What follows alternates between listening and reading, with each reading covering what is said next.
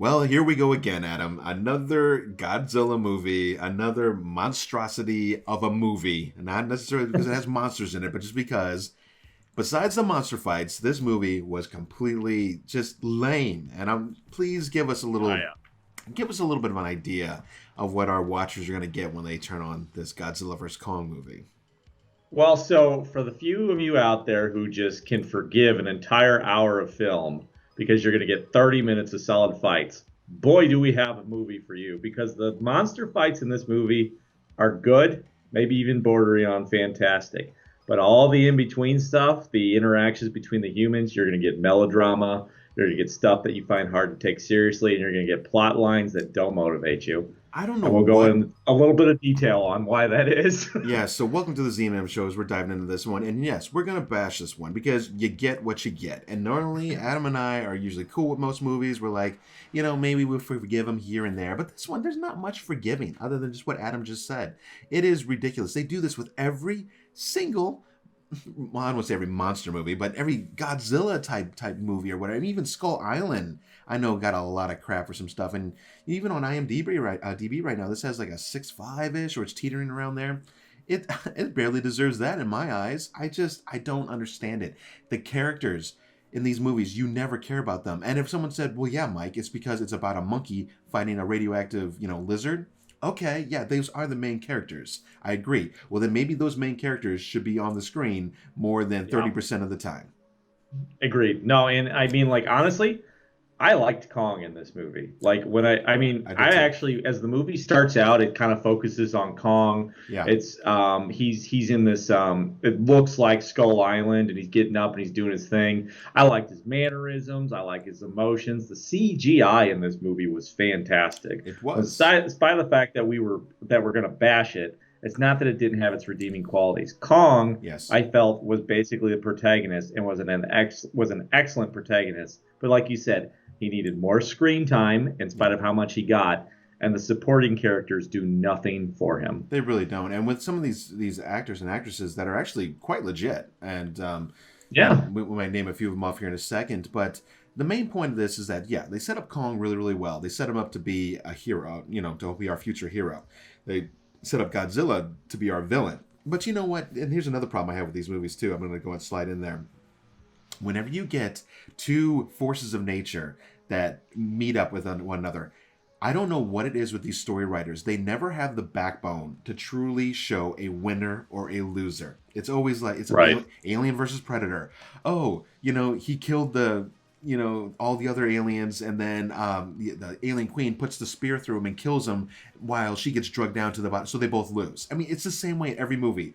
They either take each other out, and there's never a clear winner. And now this one, obviously, we have a third party who decides to join in, which I did not see fully coming, but you might as well have tried guessed it, that something else is going to come in and they're going to work together to take it out. Now, again, I know it's a movie. I'm trying to suspend my disbelief. I'm trying to enjoy the story. But here's where the problem exists, and exactly what you just said, Adam. The side characters, and they drive us absolutely nuts. So Bernie, now we're not going to go through every bit of this movie, but there is one main character that we immediately get introduced to. And I want Adam to talk a little bit about this guy and what he's supposed to bring to the screen, and if he actually achieves it or not.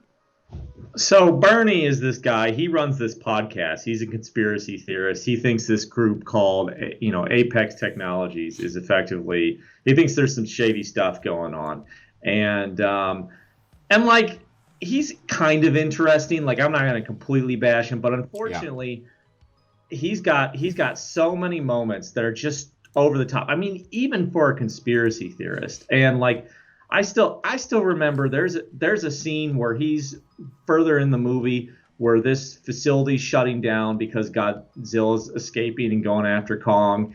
And he's trying to get to this area so he can prove one of his conspiracy theories. And he gets caught by a couple guards.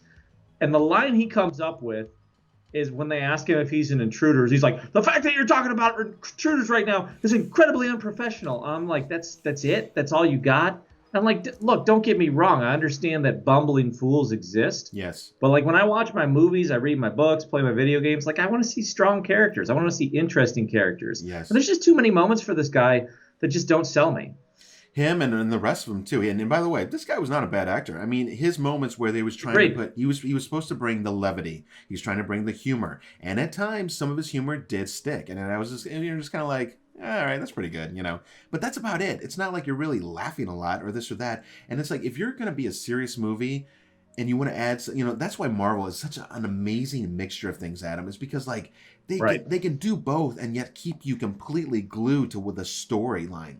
These other Right. movies like Monster Hunter and like this one, just to add to the mix, it's like you're like, am I supposed to be laughing right now? I thought the whole facility was going down. I thought this guy was about to get killed, or I thought the world was about to end. But yet we're still. It just the mix. I don't know if it's the writers or if it's was it the writing with a mixture of the actors maybe not fully understanding the message, or the director maybe not fully getting what he wanted from the, or is it everything?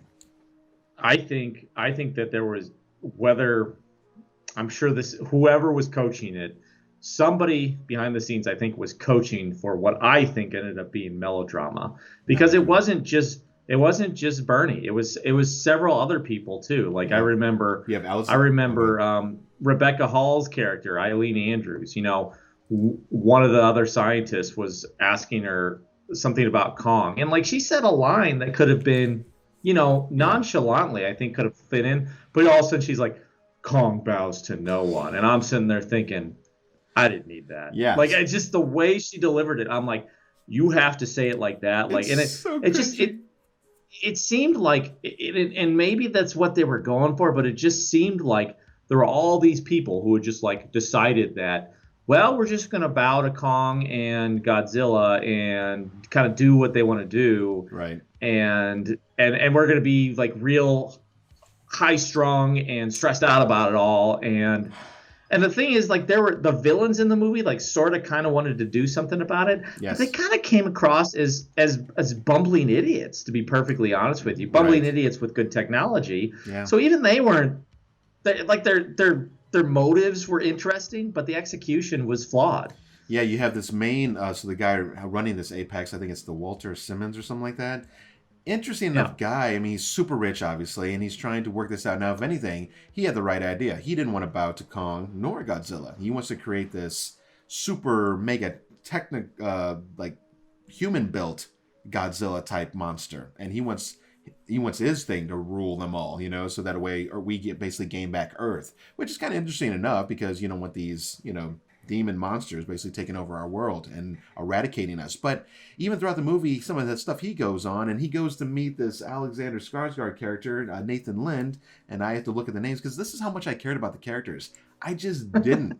And I kind of like Alexander Skarsgård. He's from True Blood and some others. I never saw True Blood, but I've seen him in some movies I do like.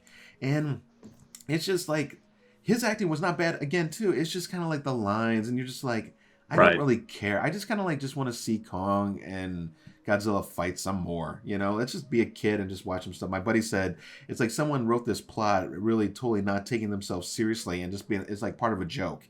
And Yeah, if your movie's gonna be a joke, then don't try and make it so serious where we have to right. feel like there's something so major on the line, like our existence.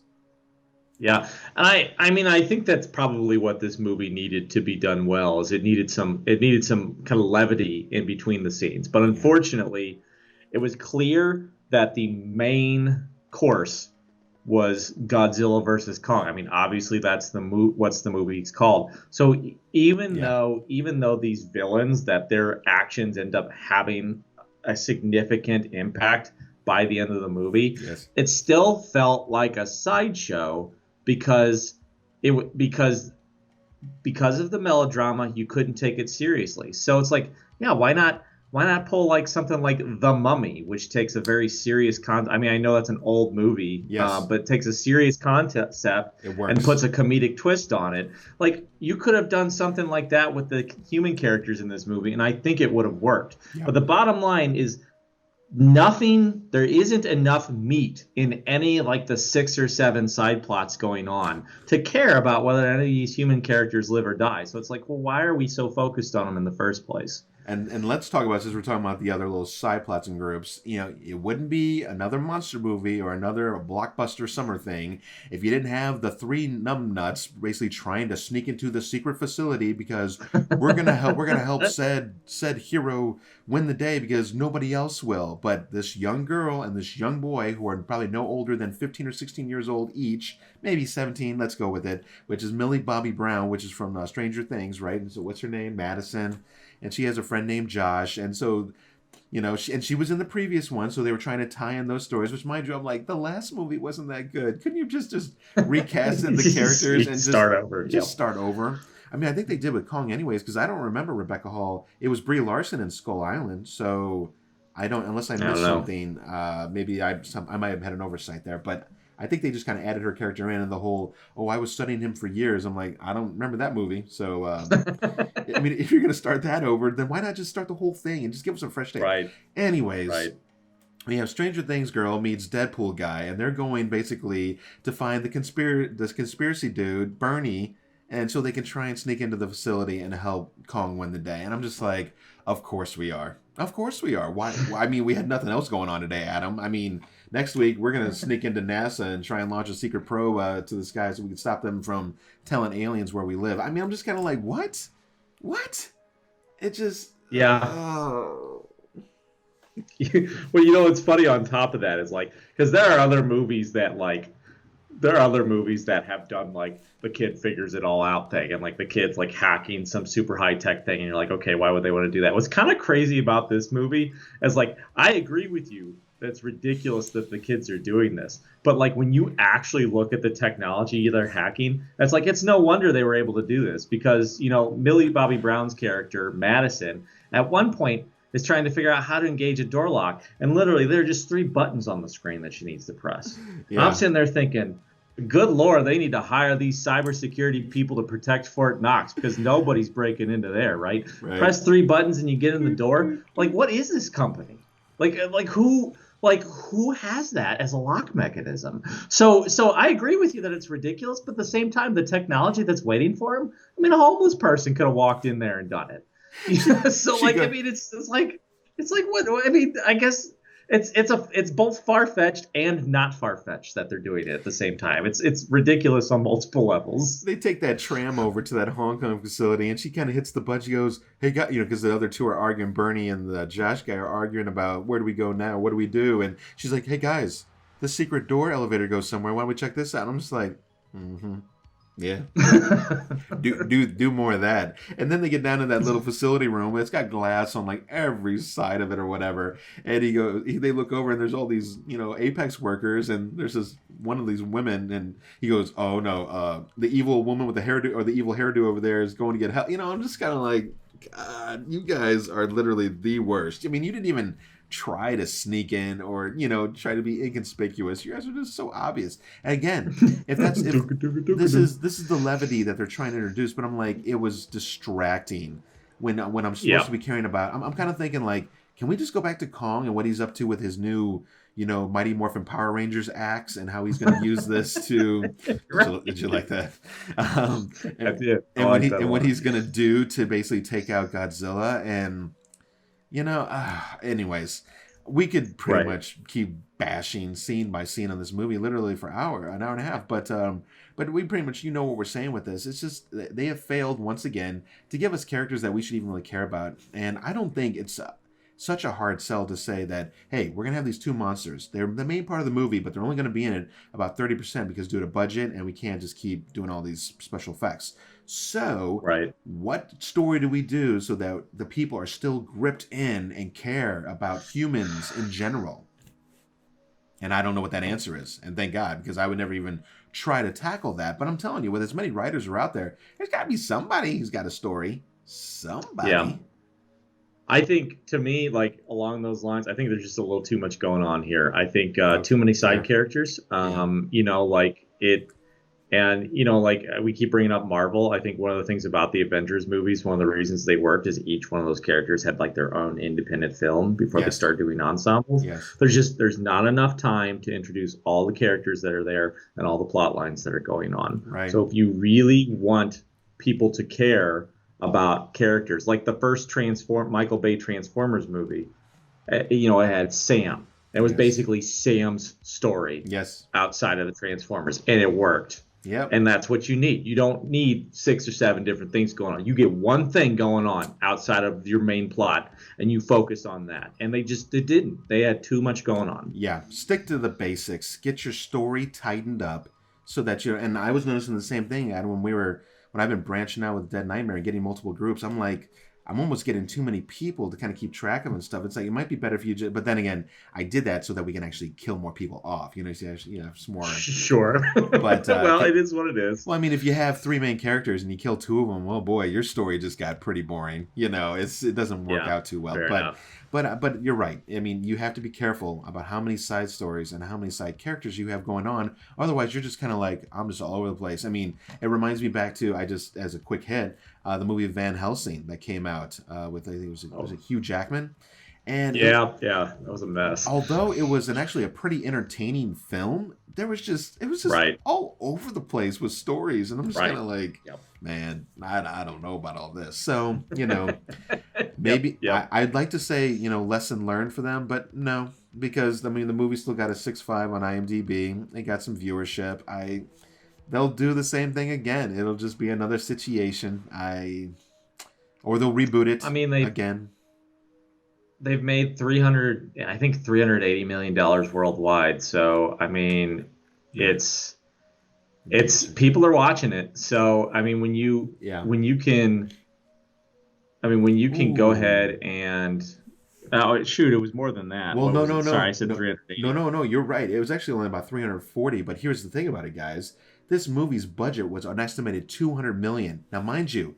So that means another minimum, and I mean minimum of $100 million probably took this one to market. Now, mind you, I needed to stop there because with COVID times and not doing the full release to all the theaters, they may have saved some money there. But even if they did, it only had a gross USA of $70 million. That is a flop. Yeah, that's a flop. Now, it's not good enough to hold your attention. There are great scenes in the movie, mostly CGI scenes involving predominantly the Titans. But the bottom line is the humans, by and large, drag it down. That's a shame. Yeah. So if you're gonna pay to check this one out, just know you're gonna get some cool monster action. Pretty much I won't say a boring story, but a ridiculous story. And that's a good word. Pretty much just put your pants on, tighten up, and get ready for it because that's about it for 2 hours. And then by the end, don't say we didn't tell you so. So I've seen worse movies. Adam's definitely seen worse movies. We saw Monster Hunter with Mila Jovovich, and that thing was. And the sad thing was they actually had some characters that could have been interesting, and they killed them all off. Right. And they left us with just a half dozen of these, and over 60% of those you didn't even see till the end of the movie, and it's just. By then, I didn't care. I didn't care about Ron Perlman or any of his other characters. Who cares? So, anyways, this is the Z-Man show. I think we've bashed this one as much as we could probably come up with it being entertaining at least. So, make sure to come out on Wednesdays and check out our reviews. Usually, we don't bash movies this bad, but hey, like I said, you get what you get sometimes.